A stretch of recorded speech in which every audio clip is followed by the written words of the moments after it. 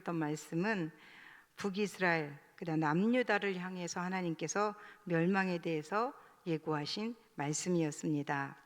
이 말씀을 곰곰이 잘 읽어보셨으면, 잘 읽으셨으면 아마 이해가 되셨을 건데요. 성도님들은 궁금하지 않으세요? 남유다는 포로에서 돌아와 다시 하나의 공동체로 회복을 해서 나갔어요.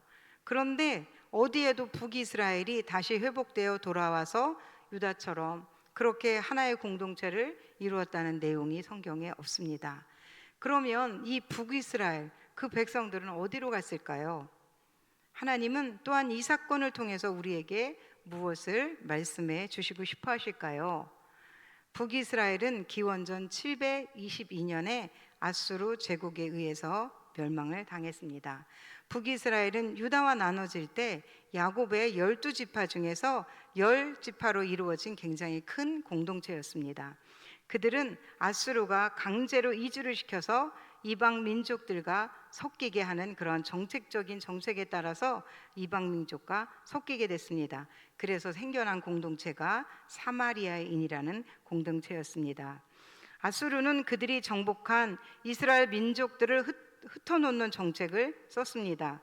북이스라엘 사람들은 제국 곳곳에 흩어졌고 일부는 남유다로 피신하거나 본토에 남아서 이방인과 그렇게 섞이면서 아예 존재 자체가 없어지게 된 것입니다.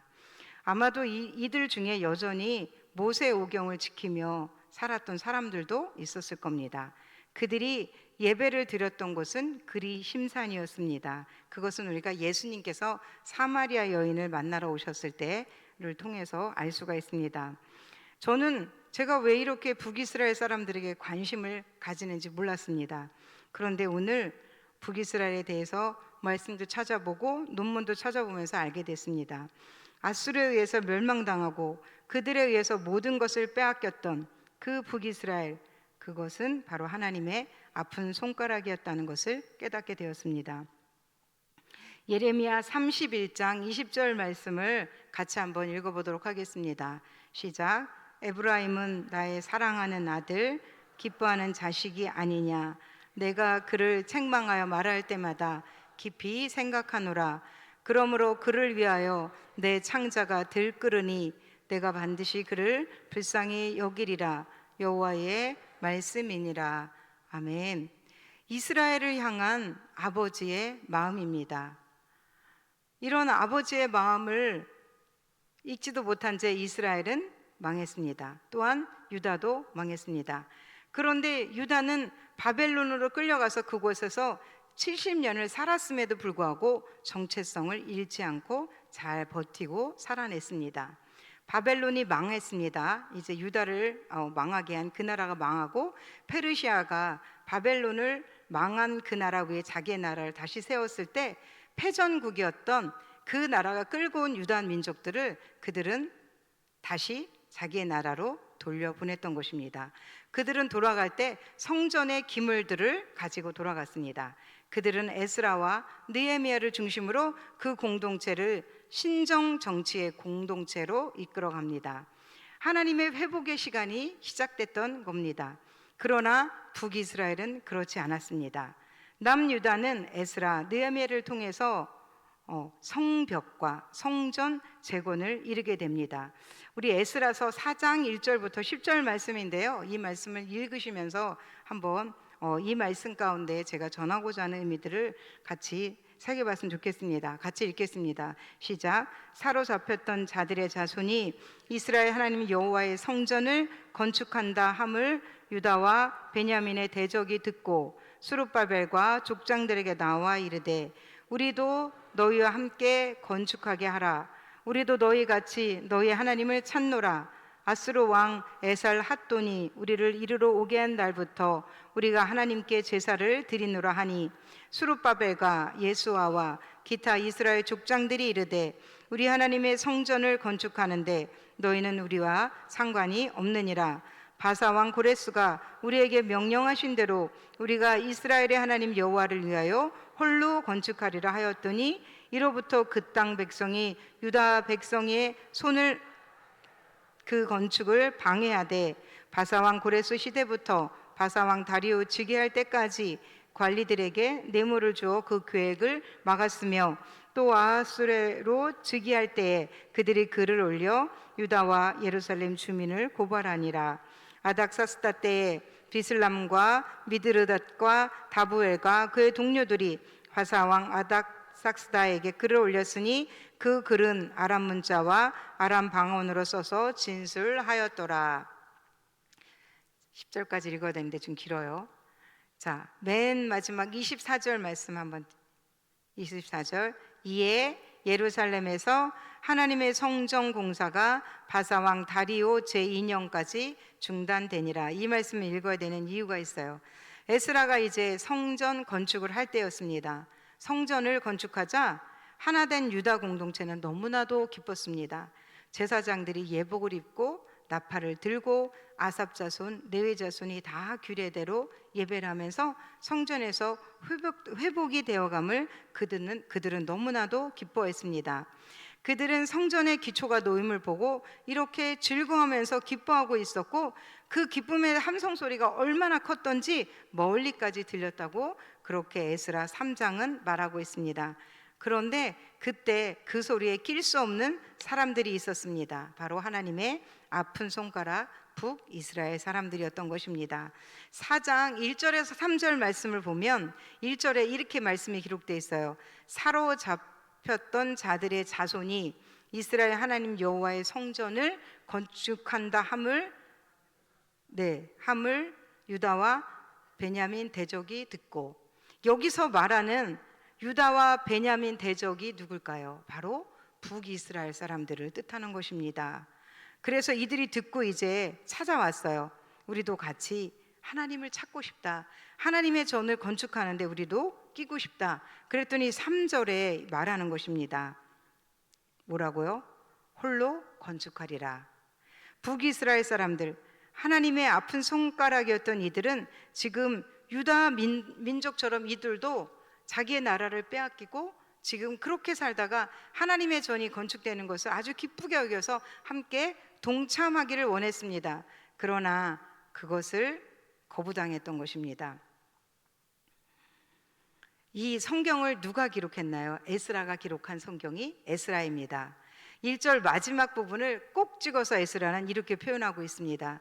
율법 학자였던 에스라, 유다라는 표현을 쓰지도 않았고요, 두 지파의 대적이라는 표현을 쓰는 것입니다. 1절을 다시 한번 띄워봐 주실래요?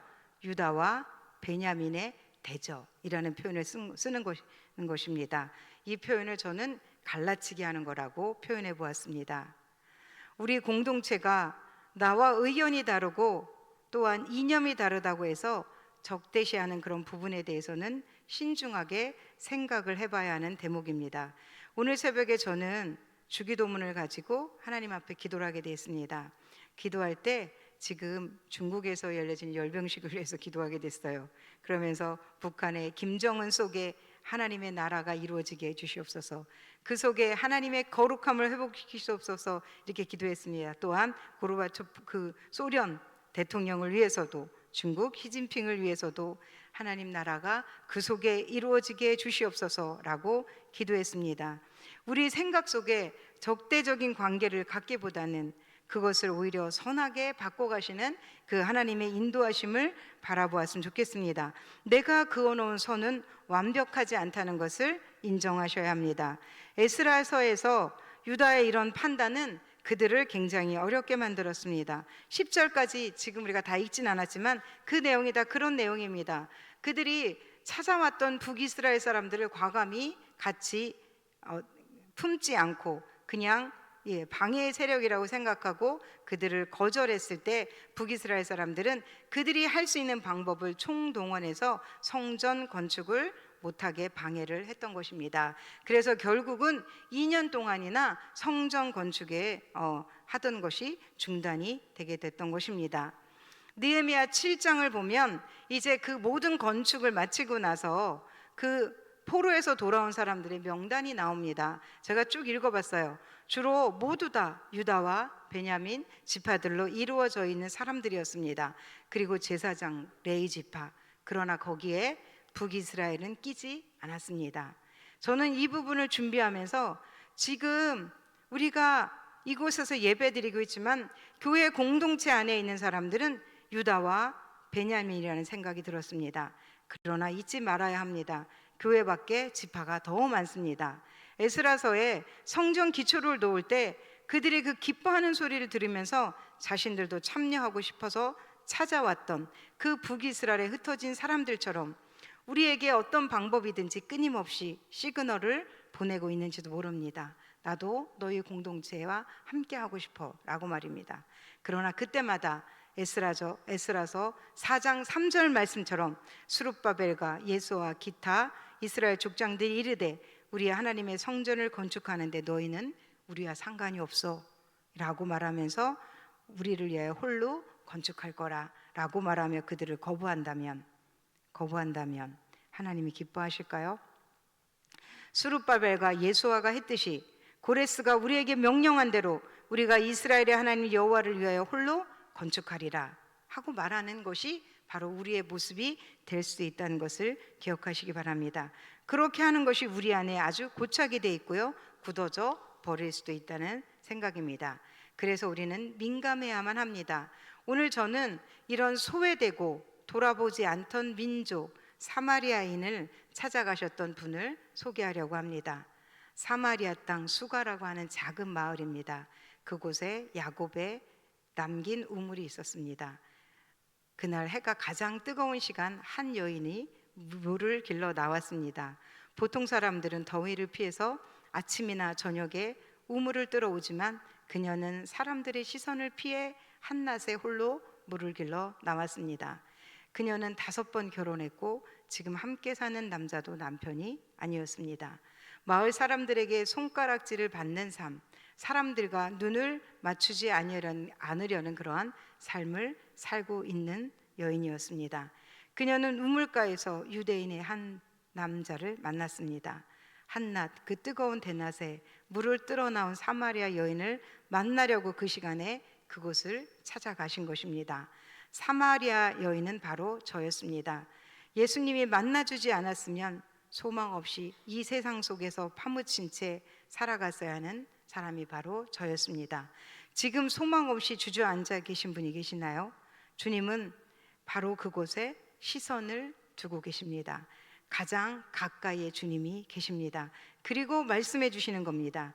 내가 주는 물은 영생하도록 솟아나는 샘물이 돼. 그 주님이 주시는 물을 마시면 다시 목마르지 않습니다. 그 목마르지 않는 물을 다 받아서 마시는 우리 모두가 되었으면 좋겠습니다. 그 여인을 찾아간 주님은 그 연약한 여인을 통해서 그 공동체 소망을 실어 보냈습니다. 요한복음 4장 14절 말씀입니다. 같이 읽겠습니다. 시작. 내가 주는 물을 마시는 자는 영원히 목마르지 아니하리니 내가 주는 물은 그 속에서 영생하도록 솟아나는 샘물이 되리라. 아멘. 예수님이 말씀하시는 겁니다. 내가 주는 물을 마셔라. 영원히 목마르지 아니하리라. 내가 주는 물은 영생하도록 솟아나는 샘물이 된다.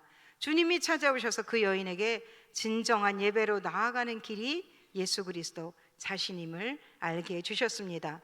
그리고 주님이 메시아, 당신이 본인임을 또한 알려주셨습니다.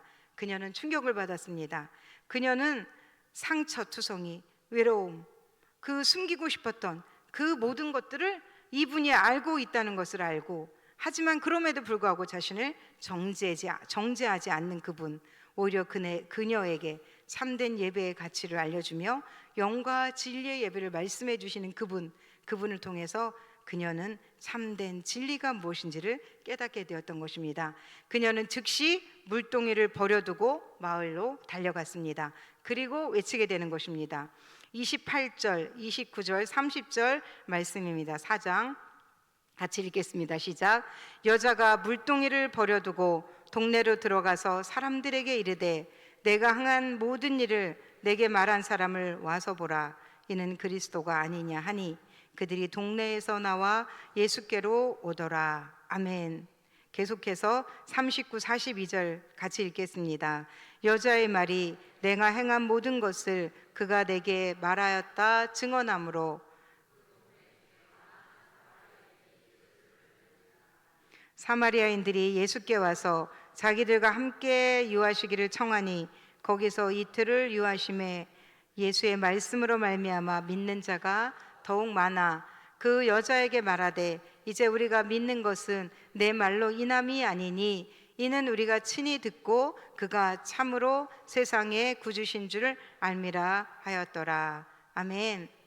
이 이야기는 사마리아 여인 하나에게로 향하신 주님의 시선이 아니었습니다. 상처받고 고립된 사마리아, 복음이 필요하고 회복이 필요하고 은혜가 필요한 그들의 공동체를 향한 하나님의 궁율이었습니다.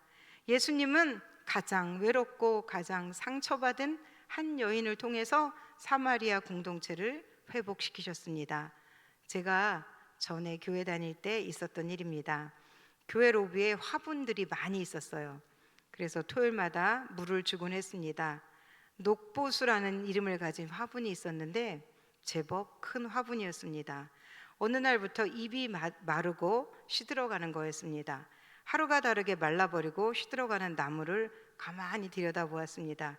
그랬더니 진딧물이 나무 잎마다 붙어서 잎을 갉아먹고 있었습니다. 장로님께 말씀을 드렸더니 진딧물 약이 있다고 해서 약을 뿌려주었습니다. 그럼에도 그 나무의 벌레들은 쉽게 없어지지 않았습니다. 저는 하루 시간을 들여서 그 나뭇잎을 걸레를 가지고 씻어주기 시작했습니다. 오랜 시간을 들여서 나뭇잎에 있는 진딧물을 물걸레로 다 닦아주었습니다. 그리고 밖에 있는 흙을 담아 화분에 더 넣어주었습니다. 물도 주었습니다. 시간이 지나면서 잎이 새로 나오고 나무가 싱싱해지기 시작했습니다. 그런데 놀라운 일이 일어났습니다. 녹보수가 꽃을 핀 것입니다. 사람들이 그 나무를 보면서 놀랐습니다. 녹보수 꽃은 처음 보았다고 했습니다. 오늘 말씀을 통해서 주님이 주시는 음성을 들으시기 바랍니다. 보여주세요, 나무. 제가 꽃 피운 나무. 보이시나요? 네, 저렇게 꽃이 피었습니다. 네. 우리가 말씀을 들었는데요. 찬양하시면서 주님의 시선이라는 찬양을 부르면서 주님의